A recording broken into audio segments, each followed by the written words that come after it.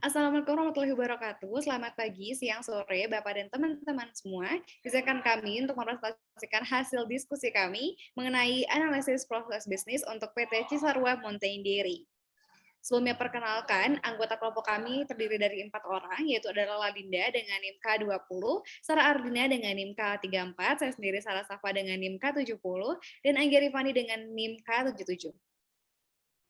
PT Cisarua Montindiri atau yang biasa kita kenal dengan Cimori merupakan produsen produk susu premium dan makanan konsumen premium yang terkemuka di Indonesia. Berdiri pada tahun 2006, Cimori merupakan pelopor di kategori produk susu dan makanan konsumen dengan reputasi di bidang inovasi produk.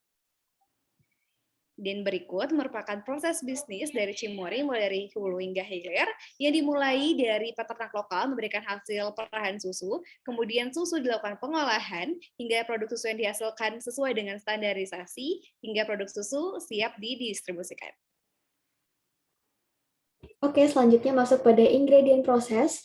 Yang pertama itu ada aktor yang terdiri atas peternak lokal, manajer produksi, operator produksi, staf gudang, divisi quality control, staf packing, manajer distribusi, agen, pedagang besar, serta konsumen. Untuk objeknya sendiri yaitu produk dari Cimori, untuk outcome yaitu produk yang dihasilkan berkualitas tinggi, produk dapat didistribusikan, serta produk diterima oleh konsumen akhir. Selanjutnya yaitu Porter Diagram Types of Process. Yang pertama itu manajemen proses, terdiri atas supplier management dan logistik management. Kemudian yang kedua itu core process, terdiri atas memasok bahan baku, production planning and inventory control, quality control, distribusi dan penjualan. Kemudian pada super process, terdiri atas pemasaran dan periklanan, human resource, legal, dan procurement. Kemudian yaitu level 2, yaitu pada main process of distribution. Yang pertama dari pabrik masuk pada warehouse, yang akan didistribusikan pada agen, pedagang besar, kemudian pengecer, kemudian masuk pada konsumen. Dan dapat juga dari warehouse langsung pada konsumen. Kemudian pada level 3 itu process of distribution.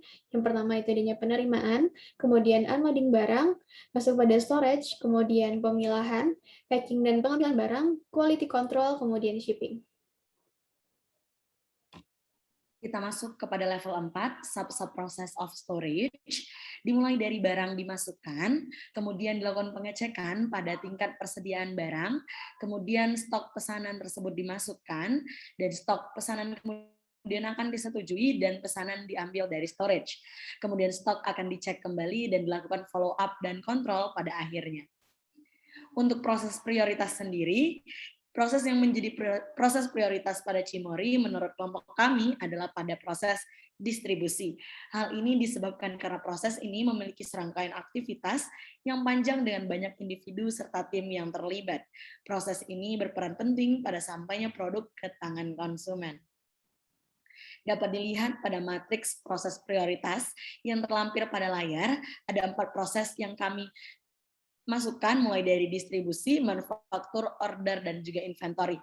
Kita memilih distribusi sebagai proses prioritas dengan tingkat yang tinggi karena tingkat importance-nya merupakan yang tinggi dan juga tingkat health-nya itu sangat rendah. Nah, di sisi lain manufaktur dan order masuk ke tingkat medium dan juga inventory di tingkat yang low. Untuk subproses distribution-nya dapat lihat pada diagram BPMN yang telah kami kerjakan. Untuk global prosesnya, event awalnya dimulai pada produk siap untuk didistribusikan, kemudian produk tersebut jadi dan dilakukan kontrol pengadaan, kemudian menerima list orderan, kemudian pihak Cimori mempersiapkan orderan dan kemudian dilakukanlah distribusi. Sehingga pada event produk diterima oleh konsumen. Berikut adalah diagram BPMN dari subproses 1 dalam proses distribusi. Pada event pertama yaitu produk yang telah dikualifikasi, selanjutnya dilakukan pengecekan sesuai kategorinya dan dilakukan pengecekan masa kadaluarsa dari masing-masing produk.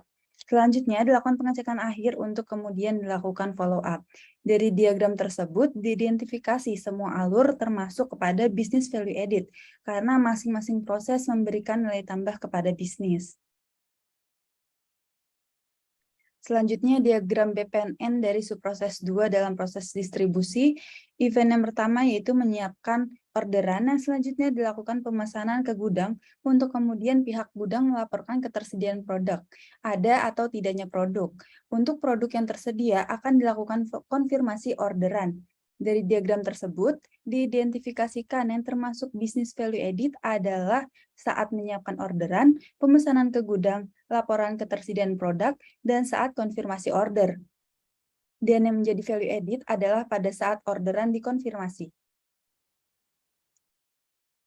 Selanjutnya, subproses ketiga dalam proses distribusi, di mana pada proses ini menggambarkan bagaimana produk dikirimkan hingga diterima oleh customer.